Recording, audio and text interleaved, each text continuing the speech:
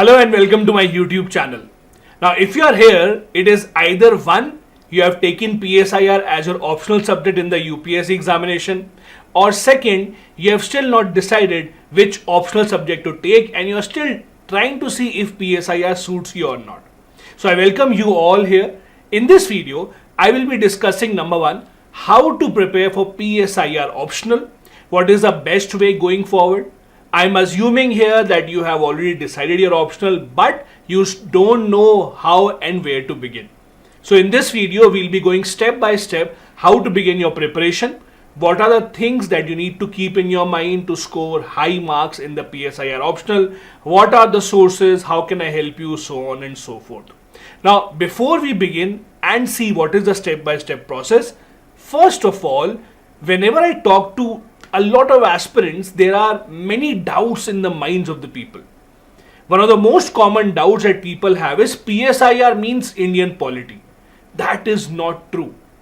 So before beginning, let me first clarify a few myths that you might have in your mind. Just because you read Indian polity, you like it, you find it easier, you think that, oh, I like polity, I like international relations, combine both of them, that is PSIR. That is not true. PSIR is political science and international relations. In political science, that means you have a lot of different theories that you would have to read about. You have a lot of thinkers also that you would need to read about. Yes, there is a lot of part from Indian polity which is common from that GS subject. There is a lot of part of IR as well.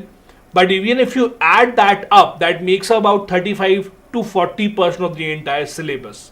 More than half of the syllabus is actually something that you might not have read about earlier in polity or in IR. That is theories, thinkers, different types of ways in which political science is read, so on and so forth. So basically, don't take PSIR just because you think polity is a likeable subject. See the syllabus first. And in this video also, I will be telling you the entire syllabus. Second big myth that people have. Many people think that PSIR is only suited for those who have studied political science in their college. Now that is not true. I'll tell you why. First, a lot of topics that you study in, let's say, BA Pol Science, a lot of topics here might not be in line with the syllabus that the UPSC prescribes. A lot of topics in the optional syllabus might be outside what you have studied. Now, it is wrong to say that if you have already studied BA Pol Science, you would not be at an advantage. Obviously, things will be familiar to you. Obviously, you will find it easier to connect. You will find it easier to understand certain topics. But that does not mean that those who don't have a Pol Science background cannot take it. In fact, it is one of those subjects that is taken by other students as well in very, very high numbers. The reason is that it is a highly scoring subject. There are a lot of toppers throughout these years who have managed to get 300 plus out of 500 in the two PSIR papers. Third, whenever people think that there are a lot of theories and thinkers, they believe that they will have to memorize a lot. Now that is also not true. In fact, PSIR is one of those subjects where if you are able to understand the concept, for example, you read about Plato, you understand the times of Plato, you understand what was his thinking about the philosopher king, you understand what was his thinking about dividing the function in the society. If you understand all of that, there's hardly anything that you would have to remember. Rather than remembering, the focus always has to be on understanding certain things. If you understand the theories, you understand the concepts, there are very few things that you would have to remember. You obviously would have to remember certain thinkers, certain quotes, but a lot of this becomes much easier if you are able to understand the concept. So with all of these things out of the mind, now let's see how do we start preparation for the UPSC examination for PSIR optional. Step number one. Read the syllabus very, very, very carefully. Now, this is a step with every optional. Doesn't matter which optional subject you have taken. Please, please, please, it is a request to read the syllabus carefully. A lot of people commit this mistake. If you are good at maths, you think mathematics optional will be good for you. I personally know a lot of people who did graduation mathematics, their BA, MA, but they did not take mathematics as their optional subject in the UPSC exam because they thought it is not suitable or in line with what they studied in college.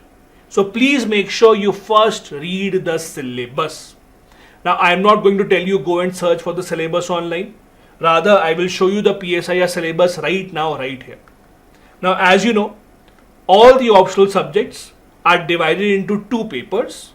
PSIR also has two papers, paper 1 and paper 2. Both the papers are divided into two parts. So basically there are 4 parts in total.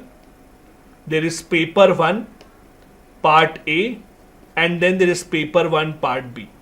Similarly, you have paper 2, part A, and paper 2, part B. This is the entire syllabus. So if you look at first part, that is paper 1, part A, these are the things that you would have to study. Now if you actually see carefully, you will not see things that you have studied in Indian polity. This is a theoretical part. You have to read about political theory. How do we study political science? Theories of state. You would have heard all these names: Marxism, pluralism, post-colonialism, liberalism, feminism. You would have to read in detail about what is liberalism, how is it different from socialism, different stages of liberalism, neoliberalism, who were the thinkers who supported this theory, so on and so forth. Then in detail you have to read about justice, idea of justice given by many different thinkers like John Rawls, etc. Equality. Now if you actually see clearly, these are keywords which you have heard in Indian polity when you read about the preamble. You read about these things: justice, equality, rights, democracy, etc. But over here in this subject, you need to go into a lot more detail of it. Each and every topic is clearly defined by the UPSC in its syllabus. In equality, they require you to read about social, political, economic equalities, affirmative action. Affirmative action, as you know, forms a basis of reservation and other similar policies around the entire world. Now, other topics include rights, the different types of rights that we have, natural rights, legal rights, moral rights, so on and so forth. Then we talk about democracy, different theories of democracy, participatory, deliberative, how democracies exist all around the world, how Indian democratic model may not be the same as some other country, let's say US, etc. Continuing on paper 1, part A, we have the concept of power, then political ideologies, liberalism, socialism, etc. Understand something. You will see something very interesting in political science. There are some topics that are repeated within the syllabus itself. Look at it very carefully. Liberalism, socialism, Marxism, you have to read these as political ideologies. You also have to read these as theories of state. They are not very different, and that is an added advantage of the PSIR subject. One topic, when you cover it up completely, when you understand this from top to bottom, that topic allows you to complete multiple other topics in the syllabus. So if you are able to understand liberalism, socialism properly, that means you have covered theories of state also. That means you have covered political ideologies as well. In paper 1, part A, the most important topic is Western political thinkers and the Indian political thinkers. Every single year, if you look at the paper, you will get to see at least 2 to 3 questions just from Western political thought. That is why, while preparing also, I would advise you to spend a lot of time on Western political thoughts. Do not skip even one thinker. Read in detail about Plato, Aristotle, Machiavelli, Hobbes, Locke, J.S. Mill, Karl Marx, very, very important. Hannah Arendt has become very relevant these days. Gramsci, all of these are continuously asked by the UPSC. Every single year, at least 2 to 3 questions, it may be even more, appear from this part. If you compare Indian political thinkers and Western political thinkers appear more regularly, more frequently, but Indian political thinkers also are asked quite frequently in the examinations. The most important ones, obviously, Gandhi and Ambedkar. There are also questions on M.N. Roy, his theory of radical humanism, Sir Syed Ahmad Khan, his theory of India, how it changed before and after 1857 revolt, his point of view towards the British, his point of view towards the Indian political system, Sri Aurobindo, his concept of Indian nationalism, how it changed throughout his life, how his very, very short tenure in the Indian freedom struggle gave him a very, very large name. All of these are important. Now, this was paper 1 part A. Paper 1 part B might seem very familiar to you. If you look at topics in paper 1 part B, this is where you will find topics which you have read about earlier as well. This is where you will find topics from modern history as well. In your GS preparation, when you read about modern history, these are the things that you will read about. And the interesting part is, almost the same will apply here. The same Bipin Chandra and those kind of NCRTs which you read for modern history will be applicable here as well. So it again saves you a lot of time in your preparation. See the topics: mass satyagrah, non-cooperation, civil disobedience movement, then the peasant and the worker movements, perspective of Indian national movement from different point of views. Similarly here, you will find a lot of topics from Indian polity. As I told you in the beginning, it's not that Indian polity alone makes up PSIR, but yes, you will find a lot of topics in PSIR which are common in Indian polity. For example, making of the Indian Constitution, you obviously have to go into a lot more detail as compared to what you would have read in GS Indian polity. Then fundamental rights, preamble, directive principles, all these are common topics you would have read. Legislature, judiciary, executive, again common topics from Indian polity. Apart from that, local government in India, Panchayati Raj, 73rd Amendment Act, Municipality, 74th Amendment Act. Then all these bodies, mostly constitutional bodies and statutory bodies. For example, bodies which you would have already read about: CAG, the Election Commission of India, the Finance Commission, all these you study in Indian polity. The difference here is, if you read from, let's say, M. Lakshmikant, you will find for each of these bodies there is just a 3 to 4 page chapter, right? Because M. Lakshmikant has not given a lot of details about these bodies, and that is fair, because for Indian polity you don't need to read deeper than that. But when it comes to PSIR as the optional subject, you need to go into much deeper details. For example, look at the Comptroller and the Auditor General, the CAG. Indian polity general studies books will tell you about the appointment, the removal, powers, functions, which funds do they audit, so on and so forth. But they won't really tell you in detail about the controversies about CAG, the different committees that have been held that have suggested differences in the working of the CAG, how the CAG can be improved or comparison with the other countries. All of this comes in focus in PSIR. So again, yes, Indian polity has some common topics in PSIR, but you obviously need to go into a lot more detail. Then federalism, again a topic from Indian polity. Then we go slightly beyond that. These topics look similar to Indian polity, but you would not find them in your GS books. Nehruvian Gandhian perspective of our economic development model. These are things that you might find in economics. In a lot of GS economics books, you will find these topics. When India became independent, what were the different views on how India's economic model should be formed? Where Gandhi and Nehru differed? What was Nehru's idea? What was Gandhi's idea going forward?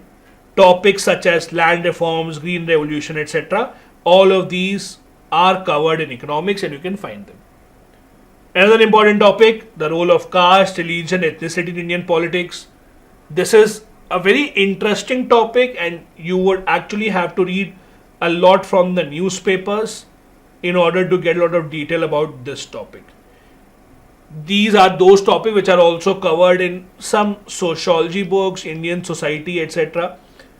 So if you have read Indian society books, you will find a lot of detail on this topic. Then party system, something that you read in Indian polity, but you have to go deeper. For example, you have to study about pressure groups as well, trends in the politics of elections in India, how the profile of legislators is changing over the years, how criminalization politics is increasing or decreasing, reforms that can be introduced. Then different social movements in the past, human rights movements, environmental movements, women movements, etc. For example, the Narmada Bachao Andolan, the Chipko movement, the Silent Valley movement, all of these have to be covered in PSIR Paper 1 Part B. Now, if you look at Paper 2, Paper 2 is mostly about international politics. This is where the IR part comes in. So again, the topic is political science and international relations. International relations part, IR part is mostly focused on Paper 2. This is where the dynamic portion kicks in.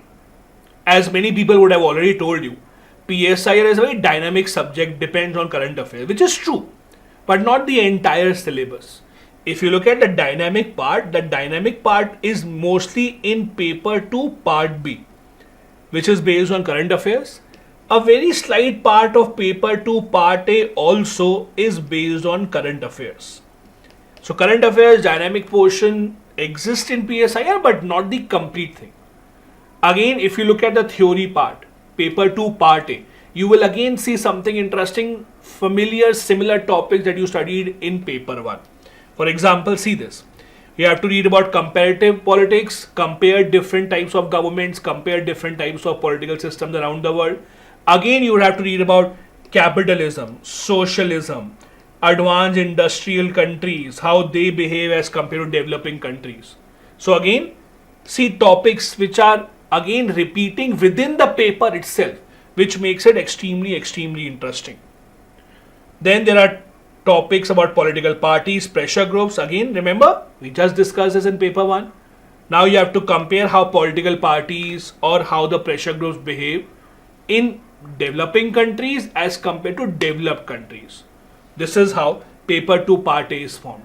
Then topics such as globalization, again, very frequently asked. Almost every alternate year you will see some form of question on globalization.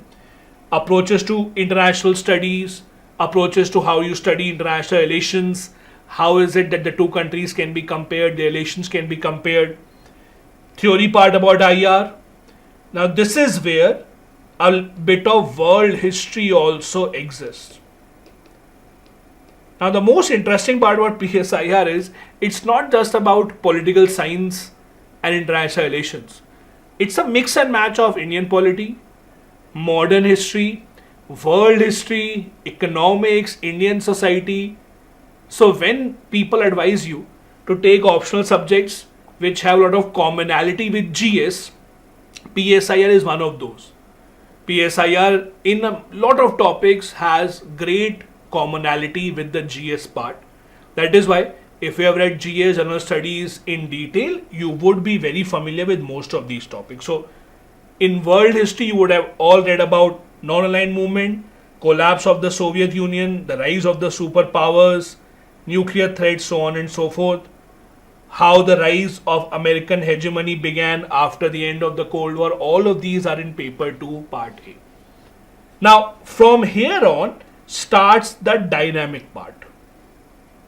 When I say dynamic, I mean to say based on current affairs, based on your newspaper reading, based on how aware are you of things around you. This is where again topics such as WTO, Bretton Woods institutes, such as the World Bank, IMF, all of these will be repeated. UN, a topic that you read anyways in GS, IR, you have to read it here also. Here you will have to focus a lot on India and the UN connection. How India is playing a very active role in a lot of UN reforms and a lot of UN programs. What does the future entail for India?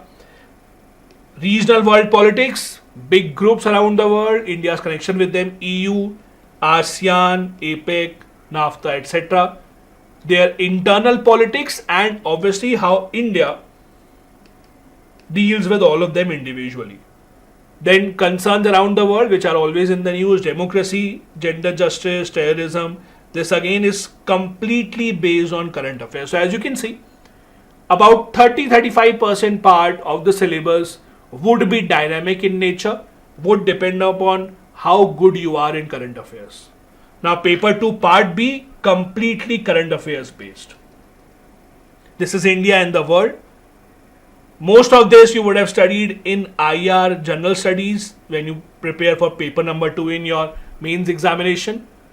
It has questions about foreign policy, how India makes foreign policy, what are the factors that we keep in mind, our contribution to non-aligned movement, India's relationship with individual countries and the groups where we are a part, like SARC, etc., our Look East policy, regional cooperation in our region, what are the different types of disputes, how are we resolving them, be it cross-border terrorism, be it river water disputes, ethnic conflict, like for example, Rohingya issue.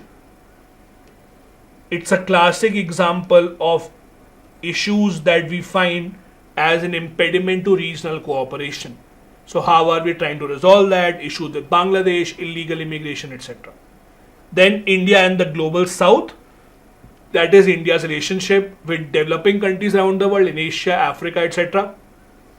Demand for NIEO, which is the new international economic order.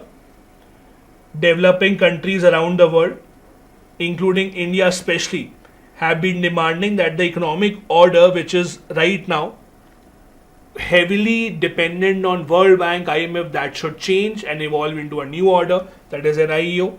India's relationship with big powers, US, EU, Japan, China, Russia. India's role at the UN, which we just discussed, our nuclear policy, and any recent development in India's foreign policy. So as you can see, paper 2 part B especially is completely dynamic. A lot will depend on how good you are with your current affairs. Are you keeping a track of evolving foreign policy of India or not? Are you reading interviews of our external minister specifically? Any big change that the government is doing, are you tracking that? So again, first step, you have to read your syllabus. Doesn't matter which optional subject you take. Please don't think that you don't have time. You would have enough time to at least read your optional. Please read the syllabus very, very carefully, and I'll tell you why. Optional is by far the most scoring subject. Just imagine this. You give a lot of time to history, geography, economics. I'll just give you a comparison. Look at GS1 in mains exam. GS1 means history plus geography plus art and culture plus Indian society. All of these, when you combine, will be 250 marks. Now imagine the time that you give to history, geography, art and culture, Indian society. All of these you combine and then you come to 250 marks. Your optional subject alone is 500 marks, whichever optional you take. Now you decide how much time should you give to optional. It should be at least 3 times to 4 times the time that you give to history or geography. Because those subjects combine to make a 250 mark paper, while optional alone would carry 500 marks. One other thing that people do not realize, the reason why you can score higher in optional subjects is, optional is the only paper where you have options. You don't have to attempt all the questions. In any optional paper that you give, there are 8 questions, out of which you have to attempt only 5. So you can pick and choose the ones where you're more confident. You can attempt those, leaving the other ones behind, giving you a higher chance of success. Anyways, so we are done with the syllabus. Let's now see step-by-step process of how to prepare. Step number 1. You have to make your own notes from all the topics. I just gave you the entire syllabus. You can get this online also. Make sure for each and every one of these you have your own notes. Now the question is how to make notes. There are two ways to do this. You can make notes in two ways. One, I will give you a book list in the end and you can make your own notes. You can see which topic exists in which book. Take the book, start making notes from there. Second, you will find a lot of ready-made notes in the market of previous year toppers who went to different coaching institutes. Their handwritten notes, etc., are available in the market very, very easily in Delhi and other cities. You can order them online as well. Now, even if you go with ready-made notes, and there's nothing wrong with that. I'm not the one who tell you, oh, you don't have to take ready-made notes. You can, no issues with that. But the problem with ready-made notes is when a person writes the notes, they write it for themselves personally. So there are a lot of things that might be missing in those notes. You can take those notes to be familiar with the subject. You can take those notes to make sure that you understand certain topics. But eventually, someone else's notes cannot substitute your own notes. I know notes making for optional takes a lot of time. It's a large syllabus, but again, 500 marks. You cannot get a good rank in the UPSC exam without getting good marks in optional. This is a reality. Even if you struggle in the GS paper, you have slightly lesser marks, you can still cover it up, but the optional holds the key. Doesn't matter which option you take. So you have to make your own notes. Either make it from the books, I'll give you the book list in the end, or you can have ready-made notes on the market. But again, even if you take ready-made notes, please make your own notes, so that you can understand. While reading and writing, you understand much more. A lot of topics, just while making notes, you will be able to understand what is meant by this topic, what to include, what not to include, and that will be very, very helpful. I know this is time taking. This will take a few months of your time, but again, you cannot compromise on this. Please do not compromise on this. Second, for PSIR specifically, it's important for you to keep an eye on international relations related current affairs. How to do that? Our foreign minister is very famous. He gives a lot of interviews. He also writes articles. Please make sure you read those speeches and interviews given by not just the external minister, but even the spokesperson of external ministry. Any quotes that are given by the minister or the prime minister are very important. You can use them in the examination. So if the external minister gives certain quote, for example, the external minister famously gave a quote a few months back where he said that Europe has to come out of this mindset that Europe's problems are the world's problems, whereas the world's problems are not Europe's problems. So this is a very important key quote which you can use in India-Europe relations. Also, in terms of which are the authors who are famous for writing these articles, C. Rajamohan is a name very famous for writing articles related to India's foreign policy. Harsh V. Pant, he also writes articles in the newspapers related to India's international policy or India's foreign policy of how to deal with other countries. C. Rajamohan exclusively writes in Indian Express. So if you are someone who follows only Hindu newspaper, that is fine. But make sure, keep an eye on Indian Express also in the editorial section. Wherever you have any article from C. Rajamohan, please do read it. It is important. He makes a lot of good points. And you can specially quote whatever he says in the article from that article in the examination. So that is very helpful. These prominent people, when they give these quotes, they can be very easily taken from there and written in the examination. Third step, solve previous year papers. Why am I saying this? If you just look at past, let's say 10 years papers, you will see a lot of theory questions get repeated in one way or the other. There are certain topics that are repeatedly asked just in different language. For example, there's a topic called post-behavioral approach. Now, post-behavioral approach is not very difficult to understand. It's an approach to study of political science. It's an approach that tells you how political science can be studied. This is a topic that keeps on reappearing after every single or 2 or maximum 3 years.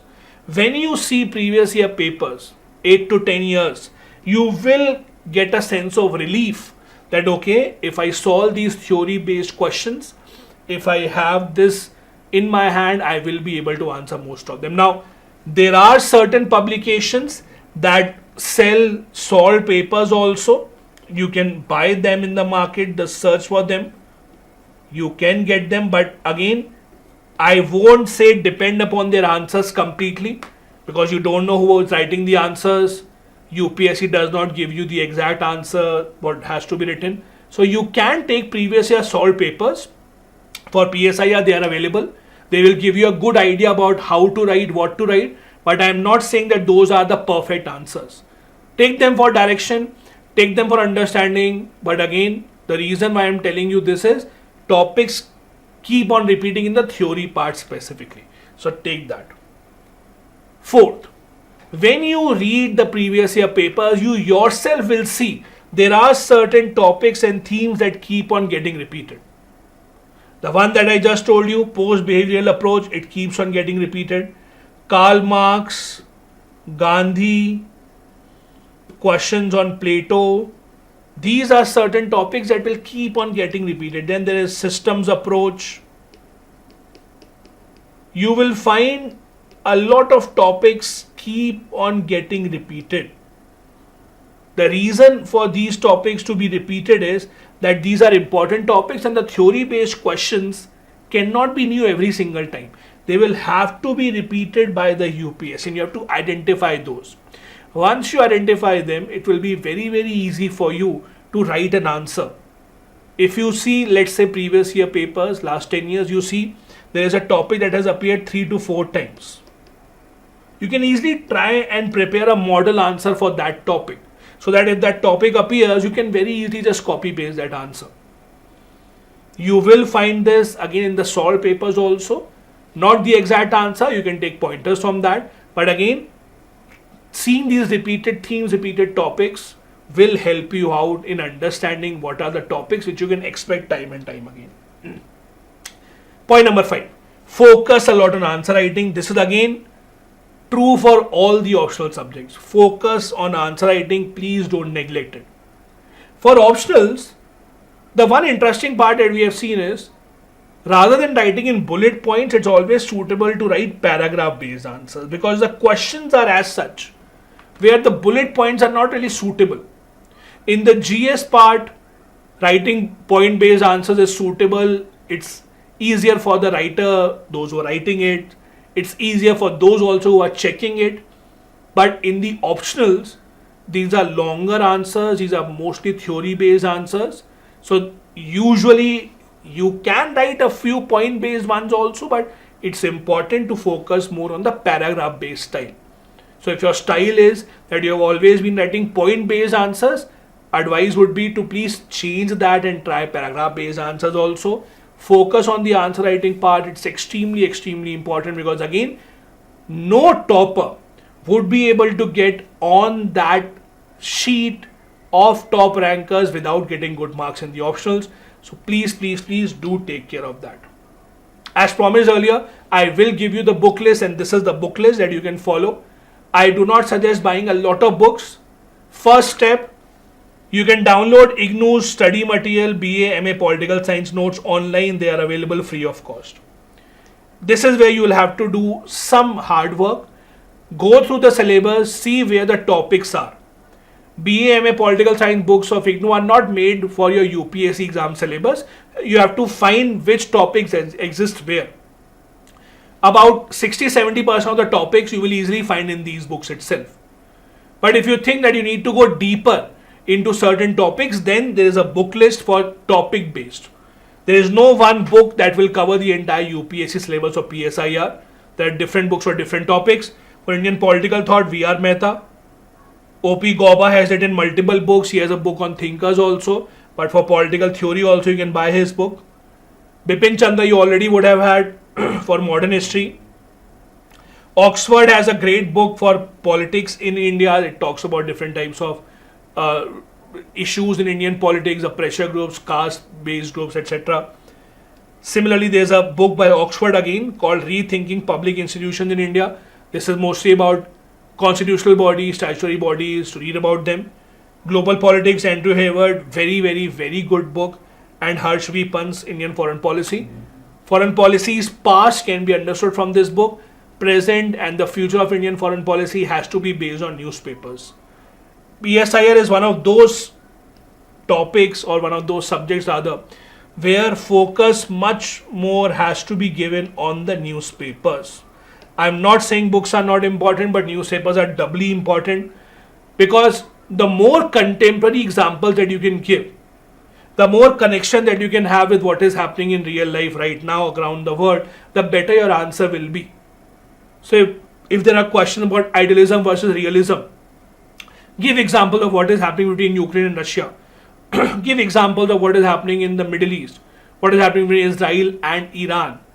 The more contemporary examples that you give in the paper, the better your answers would look like. And this is where newspapers play a very, very, very important role. I hope this lecture was able to solve most of the queries that you had in your PSIR preparation. If you still have any doubt for your PSIR preparation, I will be really happy to help you out. Mail here and ask your doubts. I'll be happy to guide you as much as possible. If you have still not subscribed to our channel, please do that. There are a lot of other videos of PSIR also that you can find out on our channel. Do go through them and do watch this space for more videos. Thank you so much. Have a good day ahead. Bye-bye. Jai Hind.